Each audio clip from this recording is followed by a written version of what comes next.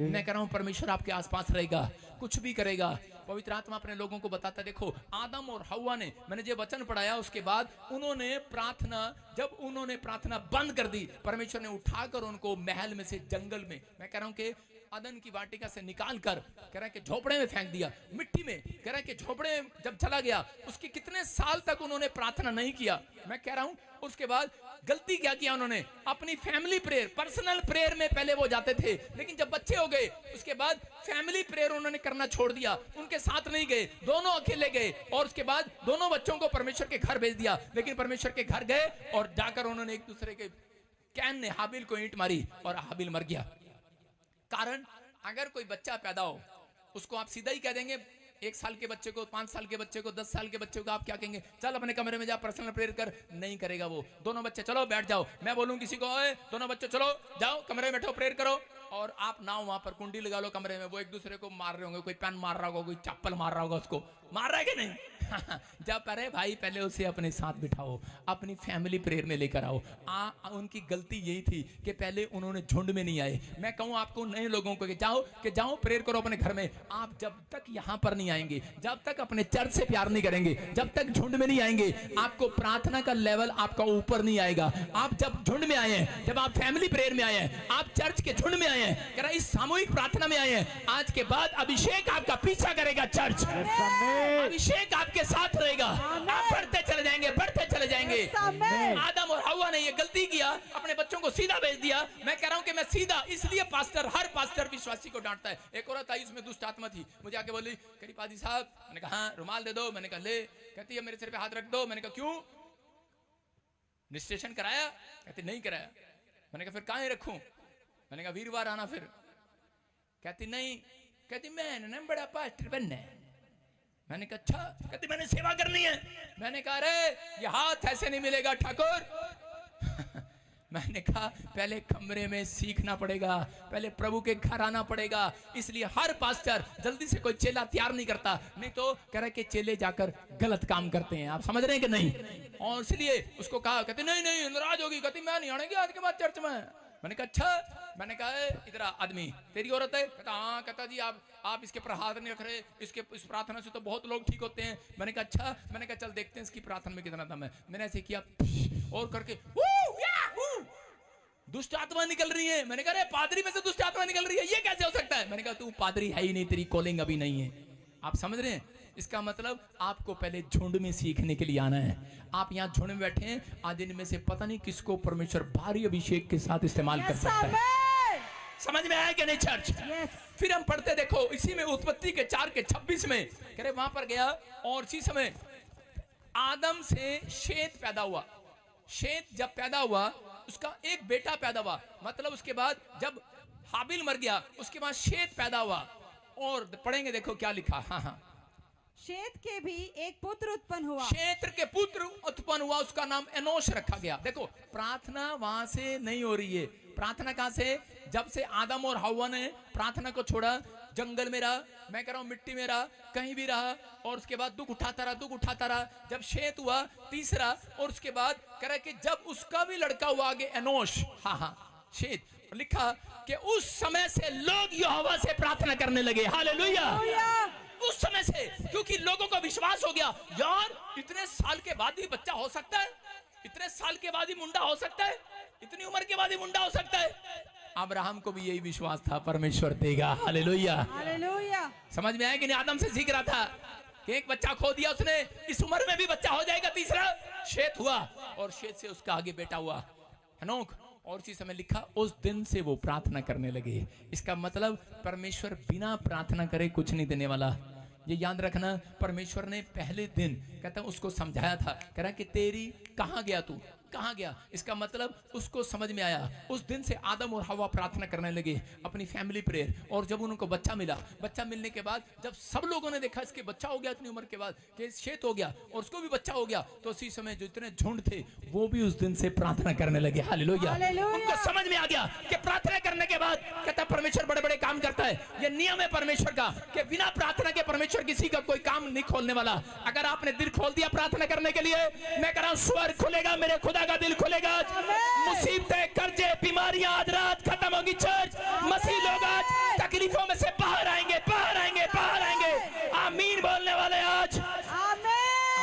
को उठाओ और अपनी लाइफ को मजबूत करो। आज कहो परमेश्वर मैं आज विश्वास करता हूं।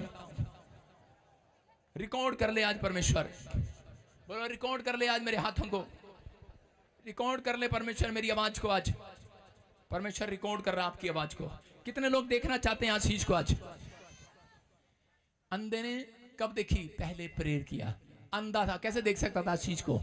उसने कहा प्रेयर किया। आप अंधे हैं, कुछ लोग यहाँ बैठे हैं, मैं कह रहा हूँ आपके घर कार खड़ी है कहाँ खड़ी है? मैं कह रहा हूँ हेलो गवर्नमेंट जॉब आ गई है, कह रहा हाँ कहाँ खड़ी है? भविष्यवाणी यही है, ब्लाइंड फेथ करना पड़ता है। हेलो तेरा रिश्ता हो गया?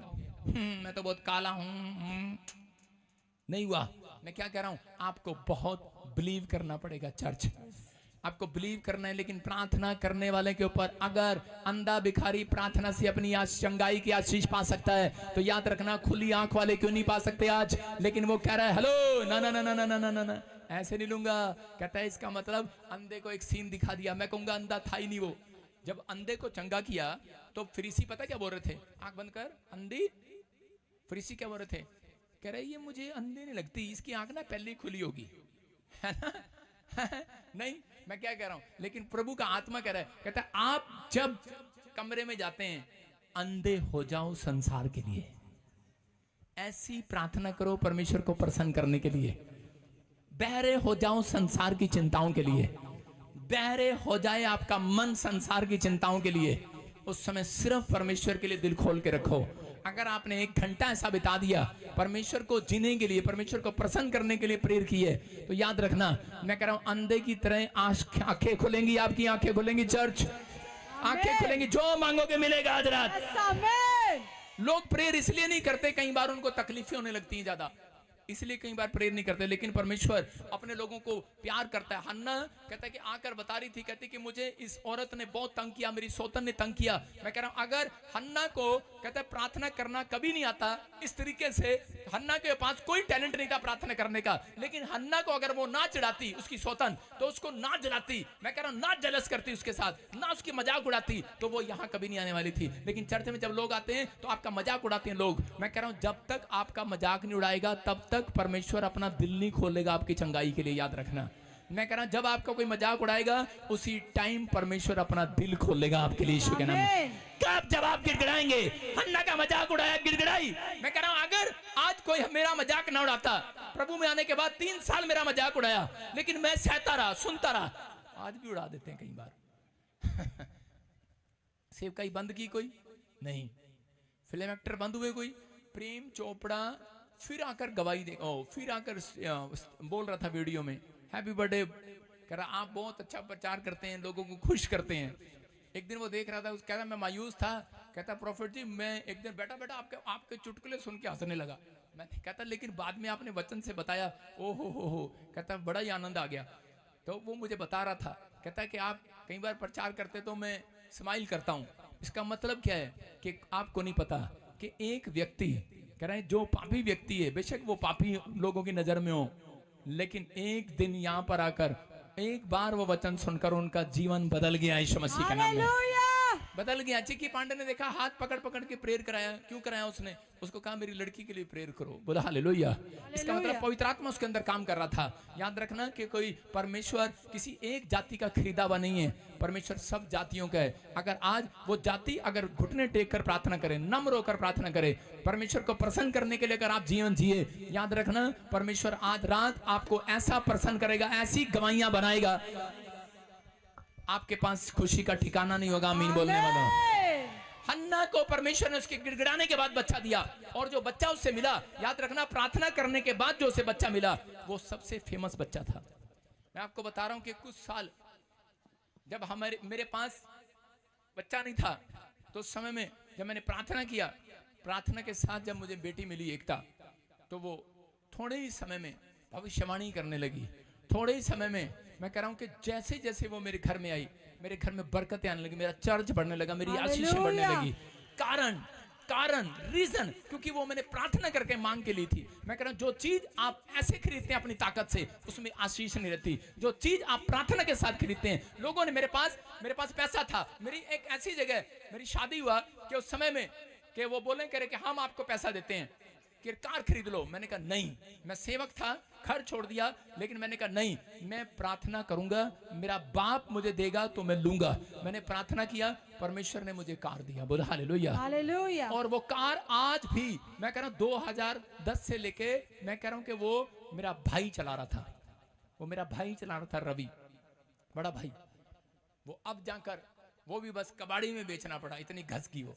सारे बोलो हालेलुया। मैं आपको बता रहा हूं कि खराब नहीं थी वो,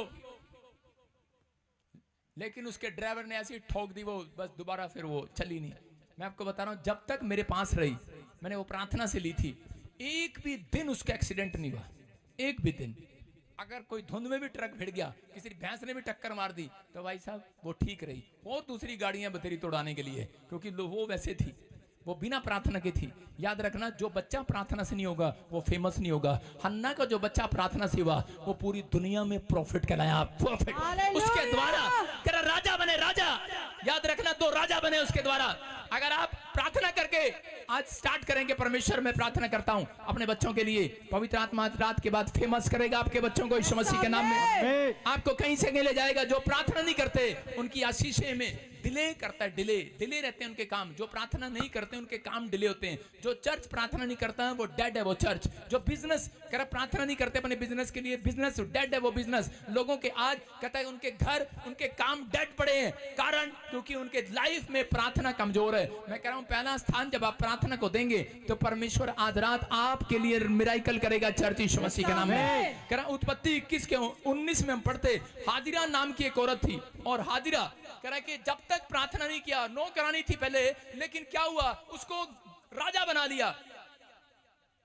हाजिरा कोई प्रार्थना करने का जीवन नहीं था उसका, लेकिन जब वो रानी बन गई हाजिरा, राजा ने उसी समय, मैं बता रहा हूं कि अब्राहम ने अपनी उसको पत्नी बनाया, सारा के कारण उसके पास बच्चा नहीं था। और उसी समय सारा ने कहा कोई तू नौकरानी से शादी कर ले और तुझे बच्चा हो जाएगा। उसने शादी किया, बच्चा हुआ, लेकिन जब बच्चा हुआ भूल गई वो औरत परमेश्वर की भलाई को, और उसी समय अपमान करने लगी, और उसी समय ठुकरा दिया उसने उस बातों को, और उसी समय उसको घर से निकाल दिया गया। जब घर से निकाला, एक थैली पानी की देकर निकाला था कि निकल जा मेरे चर्च से, निकल जा मेरे घर से, ये ले निकल जा और ये पानी ले और अपने बच्चे को लेकर निकल जा जिसका घमंड तू करती है। और उसी समय जब वो जा रही थी तो रास्ते में पानी पिलाती पिलाती पीती पीती जा रही थी, लेकिन जब वहां पर लिखा बेशरबा के जंगल में से होकर निकल रही थी, तो उसी समय कह रहे कि बेशरम भी नहीं हुई, वो बेशरम होकर जा रही थी उस घर से, लेकिन पानी खत्म नहीं हुआ तब तक वो नहीं रोई। लेकिन जब पानी खत्म हो गया, बच्चा चिंगाड़े मारने लगा, दूध नहीं मिला, दूध खत्म हो गया, तो उसी समय वो औरत जोर जोर से गिड़गिड़ा रही है, रो रही है परमेश्वर के सामने, आए भर भर कर कह रही परमेश्वर मेरी मदद कर, मदद कर। और उसी के 19 में लिखा कि यहाँ पर क्लियर लिखा, क्या लिखा, तब परमेश्वर ने उसकी आंखें खोल दी और उसको एक कुआं दिखाई पड़ा, तब उसने जाकर थैली को जल से भरकर लड़के को पिलाया। Hallelujah, hallelujah. कह रहे कि उसके पास, कह रहे कि जब पानी खत्म हो गया, इसका मतलब आज भी बहुत सारे लोगों के पास पैसा है, घर है, गाड़ी है, उनका शरीर अच्छा है, जब तक कोई बीमारी नहीं आती वो प्रार्थना नहीं करते, जब तक पैसा खत्म नहीं होता वो प्रार्थना नहीं करते। यहाँ पर कह रहा इस औरत के पास जब इसका पानी खत्म हो गया, इसका बच्चा तड़पने लगा, पैसा खत्म हो गया, सब कुछ राजपाट चला गया, उसके बाद ये रो रही है, तड़प रही है, परमेश्वर के सामने गिड़गिड़ाने लगी। जब इसने प्रार्थना की, बाइबल कहती है कि उसके बाद एक स्वर्गदूत आया और उसने उसकी आंखें खोल दी। बोल रही थी कि परमेश्वर कहाँ है कुआं? उसने कहा कहाँ है कुआं? करा देख कुआं कहाँ है? करा अरे करी जिस कुएं को मैं इतनी दूर ढूंढती रही थी कि कुआं वहां होगा, लेकिन कुआं उसके राइट हैंड में बिल्कुल कुआं था। हालेलुया। और उसी समय उसने कुएं से पानी भरा और उसी समय विश्वास करा उसने कि सच में परमेश्वर प्रार्थना के बाद करा कि बड़े बड़े कुएं खोल देता है यीशु मसीह के नाम में। उस औरत ने विश्वास किया। आज बहुत सारे लोग करा नास्तिक हो गए, आस्तिक होने के बाद नास्तिक हो गए। मैं कह रहा हूं प्रार्थना करने वाले व्यक्ति भी कह रहा कई बार भरोसा नहीं रखते। ये औरत कह रहा इसका भरोसा नहीं था, हाजिरा रो रही थी, गिड़गिड़ा रही थी, लेकिन परमेश्वर ने उसी समय जब इसकी प्रार्थना को सुना और उत्तर दिया, कुएं को खोल दिया उसके पास। मैं कह रहा हूं कि वहां पर बाइबल बताती है कि आसपास कहीं भी कुआं नहीं था, रेगिस्तान था वो। मैं कह रहा हूं कि बेशरबा का जंगल था वो, कुआं नहीं था आसपास। लेकिन कुआं कितनी दूरी पर मिला? सिर्फ 10 कदम पर कुआं था। याद रखना, अगर प्रार्थना करने वाले लोग अगर आज फैसला ले कि परमेश्वर मैं अपने जीवन में प्रार्थना करूंगा, मैं गिड़गिड़ाऊंगा, मैं डेली तुझसे प्यार करूंगा, पवित्र आत्मा कह रहा है अगर आप कुआं ढूंढ रहे हैं चंगाई का, आप दिल्ली ढूंढ रहे हैं, अगर आप कुआं ढूंढ रहे हैं अमेरिका का, विदेश में से पैसे लाने का, मैं कह रहा हूं कुआं आज कह रहा है कि आज तक प्यासे को कुएं के पास जाना पड़ता है, लेकिन आज तो कह रहा है कुआं प्यासों के पास आएगा। आज तो कुआं प्रार्थना वालों के पास आएगा। आज तो वो कुआं खुद चल कर आएगा। मैं कह रहा हूं वो अमेरिका आपके पास आएगा, वो चंगाई आपके पास आएगी। आपकी आंखें खुलनी चाहिए प्रार्थना में। विश्वास है कि नहीं चर्च? आप जाते हैं लोगों के पास, लोगों को कुआं समझ रहे हैं, ताऊ चाचे को कुआं समझ रहे हैं, मामे को कुआं समझ रहे हैं, लेकिन परमेश्वर उस कुएं को दूर कर देता आपसे। आपका चाचा आपसे नफरत करता, आपकी माँ आपसे नफरत करती है, आपका पैसा चला जाता, आपकी नौकरी चली जाती है, आपका सेवकाई चली जाती है, लेकिन उसके बाद कहता है जब आप प्रार्थना करते हैं परमेश्वर फिर से उस कुएं को आपके पास लेकर आता है यीशु के नाम में। मैं कह रहा हूं जितनों ने अपमान किया है, जितनों ने आपको तुच्छ जाना है, आज रात के बाद आपकी प्रार्थनाओं को उत्तर मिलेगा यीशु मसीह के नाम में। आपको सिर्फ परमेश्वर को इजहार करना नहीं छोड़ना। अपने हाथों को उठा, अपने पड़ोसी को बोलो इजहार करेंगे आज से, इजहार करना आज से। मैं कह रहा हूं याद रखो, ये प्रेयर में अगर आपने दिल दे दिया परमेश्वर करेगा। गधे के ऊपर मिट्टी डाल देते हैं कि नहीं मिट्टी? उससे पहले फटाफट अय्यूब का पुस्तक निकाल 38 का 12-13, देखो क्या लिखा।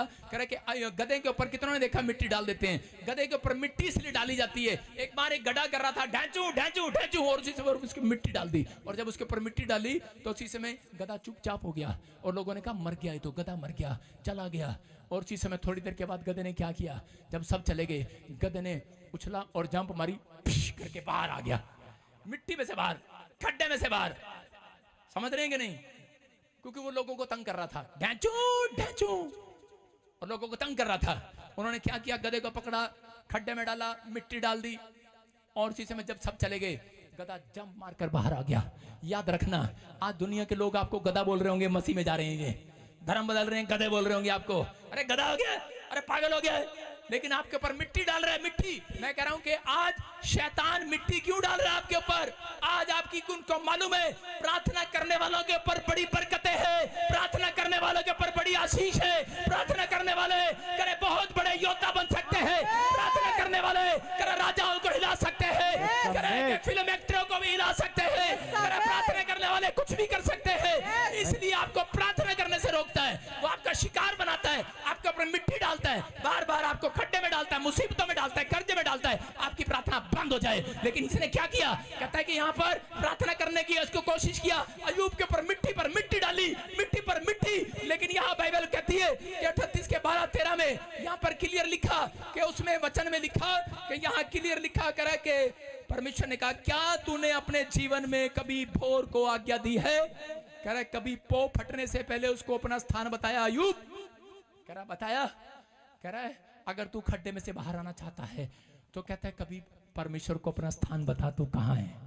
हालेलुया। परमेश्वर को मालूम है तू कहां बैठा है।